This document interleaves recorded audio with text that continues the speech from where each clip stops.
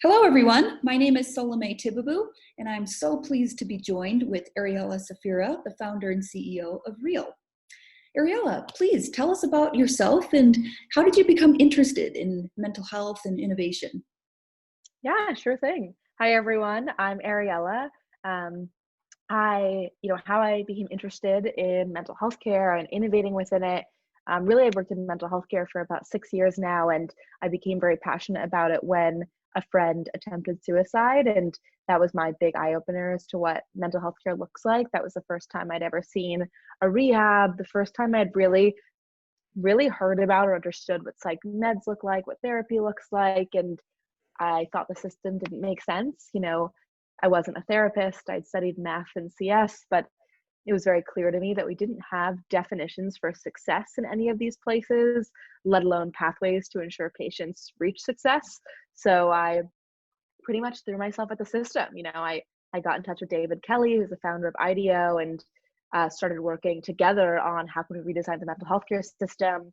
From there, I worked in Liverpool, England, at what was considered the most innovative mental ward in the world, worked at IDEO New York, worked at a sidewalk labs company called Cityblock, working on redesigning behavioral health care and primary care.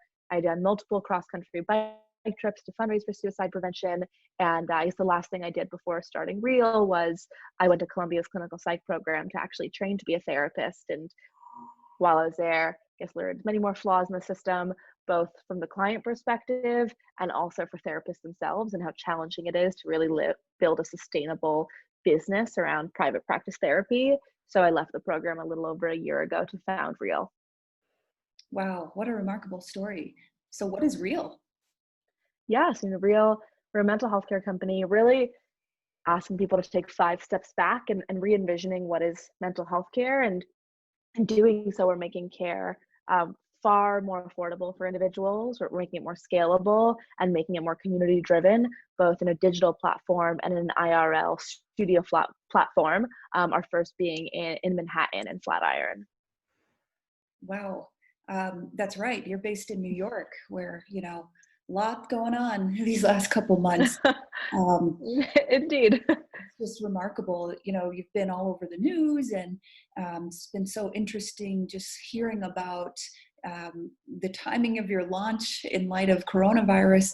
Tell us a little bit about what your original plan to launch was. Yeah, we what I fundraised for last summer was to build this redesigned mental health studio with this notion that for multiple reasons, we will later scale this brick and mortar format or platform digitally, but the brick and mortar itself was needed to really enhance the brand, both for clients and individuals in a world where there's so much noise in mental health apps, and also to enhance that brand for therapists. We do full-time employee therapists, and our therapists are people who are choosing between working at Real or Columbia Med School. And so really building a workplace that offers supervision and case conferences in a place that intellectually stimulates and grows them is very key. And that's where the brick and mortar comes into play.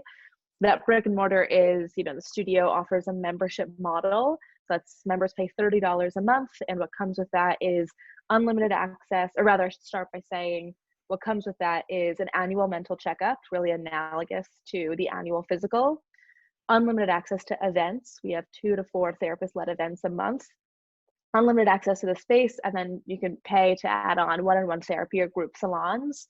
So first and foremost, this is a real paradigm shift from therapy today, changing this from a service I access at a moment of crisis, right? Like where I'm a patient of a doctor's appointment, and changing it from that to this is an ecosystem I am always a part of. I am always taking part of my ongoing mental health. It's sort of analogous to, we don't wait until we're sick to go to the gym. We don't wait until we're sick to go to the annual physical. We are a part of a healthcare ecosystem such that we are always, regularly seeing a PCP to check in on our bodies. We're regularly going to the gym to take care of our bodies even before sickness. We're building that ecosystem habitually and behaviorally in this membership model and with this annual mental checkup. And what sits on top of that are 2 really innovative approaches to care. One is the group salon, and another is our therapy pathways. So group salons are a really modernized approach in group therapy. They're 10-member, 1 therapist groups that meet weekly for 4 weeks. really via brand and curriculum and design have modernized that to be a step above what is your usual like coping with depression group. And the second, those are therapy pathways. So that's really our redesigned approach to one-on-one therapy. Therapy pathways are 12-session therapy programs. We have a pathway for body image, a pathway for sex and intimacy, for loss of a loved one. And really what it does is provides a map to your therapy experience. Since right now, if you've ever gone to therapy, you know that you go to therapy and your therapist pretty much tells you, hey, I have no idea how long it'll take you to feel better. I don't know what we're going to talk about. I have no previous examples of my work, but trust me, you'll feel better eventually at $300 an hour, right? The price alone is an issue, but even taking price aside, like that is what loses people, right? That's why most people go to therapy once and they never go again. We need to build a much more digestible product for them that they can trust, and also a product that is measurable for us, right? A product that has a beginning, middle, and end, such that we can capture how long does it take certain people to improve in various ways. And that's what our pathways do. So that studio is set to launch in mid-April. And obviously that didn't happen. We were just 2 days into quarantine, the end of March, when we realized we're going to be quarantined for a minute, and also mental health needs are going to skyrocket. So the team within 7 days put together a new digital product that we launched in April. Wow. Yeah, I was just going to ask, how has coronavirus impacted your startup? And the timing is just remarkable. But, to your point, the need has only increased so much. So yeah, I mean, 7 days, that's pretty wild. How were you able to pivot so quickly? Yeah, I mean, definitely a testament to having the right team. I still haven't taken enough time to celebrate what we did, but really the fact that we were supposed to set out to open a studio, we're gearing up for that studio, and the fact that within 7 days people can like completely disconnect from that expectation and say like, okay, people are at home, mental health needs are going to skyrocket with all this isolation, build for this. If you ask me, is a testament to having a cohort of employees who are passionate about mental health, right? Like not passionate about a studio, not passionate about one-on-one therapy, but instead we really did hire individuals like, I am here to improve mental health, and the goal like that I'm anchored on and thinking about is like, what does it take to improve mental health in this circumstance? It's being online, it's speaking this language, building curriculum around this crisis. And truly, I'm sure there's a mental health term for this, and I'm sure many people in this conference know that term, but I feel like I blacked out. That was just 7 days of not sleeping and working, and I think most people on the team would say the same. Yeah, talk about ironic. What's the best thing we can do for anxiety? Let's, start. I clearly have not learned my lesson when it comes to that. Interesting. Yeah, could you tell us a little bit more about, so what do consumers get in the digital version now? Yeah, so we're announcing that in another month or so don't want to share too much, but really building a new approach to mental health care, and one that reaches far more individuals than excuse me, one-on-one therapy today does. Mm-hmm. Excellent. Okay, so take note, everyone. Get on her list so you know when that's announced. But you made a really good point earlier about how your team was focused on the problem of mental health, as opposed to what kind of a solution you had hoped for or had in mind. And I think that's great advice for all entrepreneurs to really focus a lot on the problem as opposed to what they think the solution might be. That allows for flexibility and really coming up with the best outcome for what people need at the time. So great advice. Yeah. So how have things gone since then? How did the pivot overall go? Has it been resonating with people? Yeah. The pivot went really well. I don't love the word pivot because that implies we had a stubborn direction and now we're doing something differently. Whereas we always had the conception of we're learning from our users and building a product together, and our company brand, our company product hasn't changed, right? It's not like we didn't know this would happened 6 months ago, but I hope that would have been the case even had we opened a studio. Like, I hope we would have learned from insights and iterated as well. So just want to comment on that not being, so this is evolution, I should say. This evolution of Real went really well. You know, we had like over 1,000 people added to our wait list within our first week. And over the course of the month, I want to say 750 appointments were scheduled. And, you know, as this has made clear, like, we didn't have a brand name before this. We basically did not have an Instagram before this. But we didn't put dollars, like marketing dollars behind this product, since it was like a free offering of therapy for the month. So definitely a testament to, like, one, the need people had for mental health care, and two, you know, our brand really resonating with individuals. Absolutely. Wow, that's remarkable. And it's a testament to your ability to, again, building the right team. And, you know, you've got some amazing people. I know we're also going to have Dr. Nina Vasan as a speaker here. As a, you know, first-time founder, how did you go about building these amazing relationships and building your team?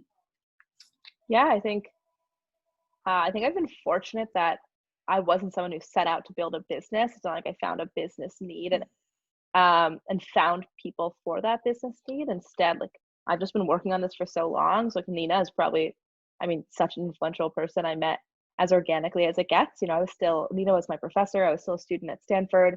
She taught a class called Innovation in Mental Health, I want to say. So very on brand. But it was a clear, you know, like, years ago, I'd applied to her class with this idea of, like, what does it mean to redesign care in this way, and to make it more analogous to these other services we make use of. And I do think a lot of, I mean, like, interviewing has felt organic, of like who, I don't like to say who feels right, because it's that gives less credit to like logical reasoning of like, no, like, thoughtful questions are asked, and I definitely have made it a point to find people who get it and get, like, what does it mean to improve mental health care, as opposed to people who are excited to improve therapy. And I think that's it sounds like a small nuance, but has been critical in hiring and even finding, like, investors who get it, right? Like, what are the principles of mental health care? Like, that is what we're solving for. Like, we're not solving for therapy. You're not solving for therapists. You're not solving for engineers. You're solving for what does it mean to improve someone's mental health?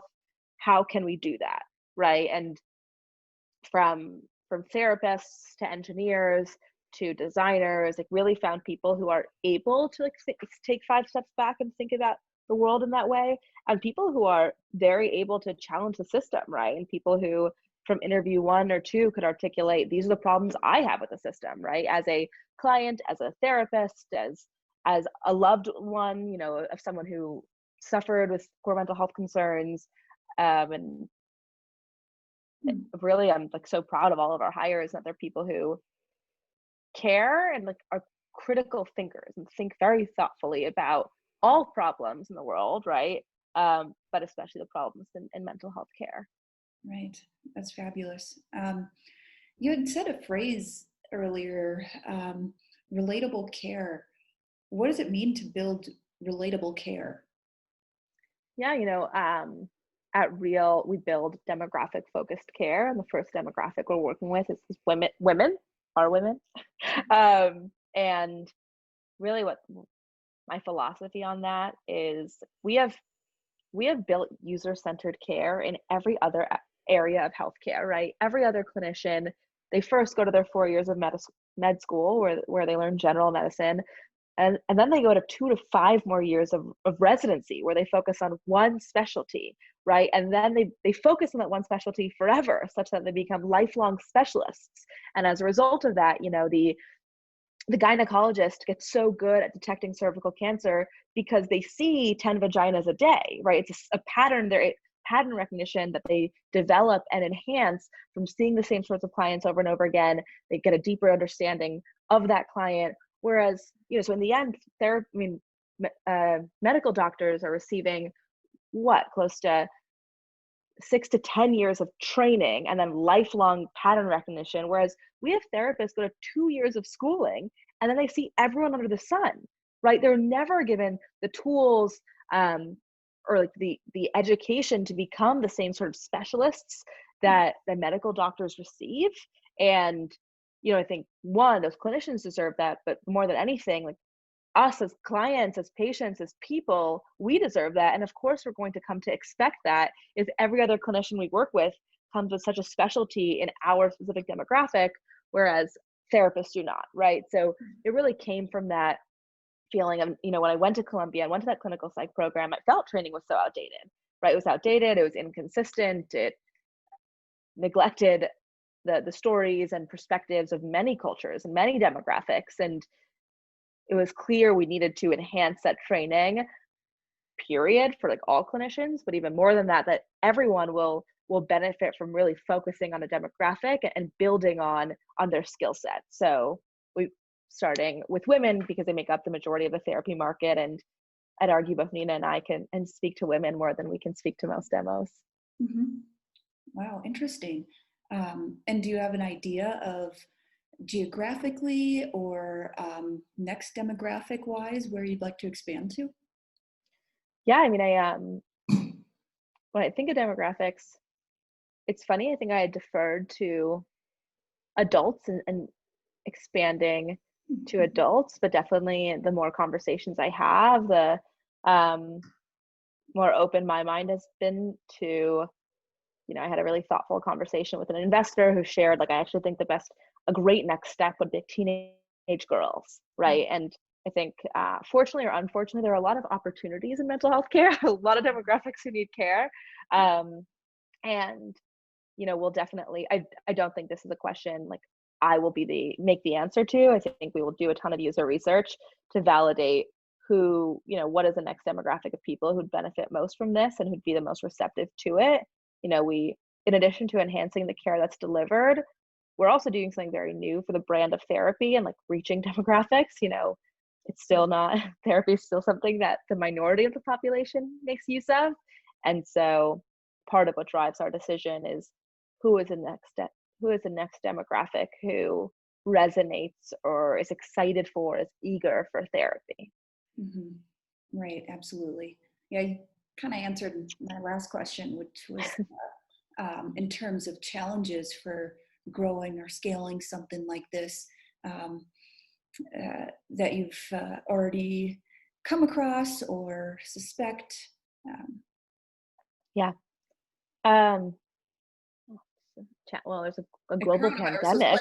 Yeah, I think that was, I don't know if I could have ever thought of something more massive than this one. Right. Fair enough. I mean, there's still, I think I'm sure every person at this conference could attest to the curiosity in terms of like legalities behind mental health care and how the coronavirus will impact those, HIPAA compliance and clinicians being able to provide care across state lines. How will that be altered? That will hugely change a lot of mental health care companies, like the policies that surround them. And really, I think there's like a lot of work to be done in terms of what sort of care will people need given this pandemic, right? What new issues will arise, what will be intensified with all this isolation, some people quarantining with those they have unhealthy relationships with, some people quarantining alone, they might have an unhealthy relationship with themselves, how body image disorders, so many concerns might be impacted by quarantine and fear of the illness of the virus. I think that's something that everyone at this conference is definitely questioning, and I think we're very fortunate it's so rare to be a part of like a societal change from the get-go and to really be someone who can speak to that and gathering data on that and understanding the ecosystem of that from the start, and excited that we've been a part of that, and definitely curious to see how that evolves, just like society's perception of mental health care, what we should be taking care of, how often, etc. Right, absolutely. Such an interesting time, and curious to see what things stick in terms of innovations that have been accelerated in light of coronavirus, or even new things that people are more aware of. Lots of changes, and certainly it was very exciting hearing about your story at Real. So thanks so much for sharing and for joining us today. Thanks, everyone. Thank you.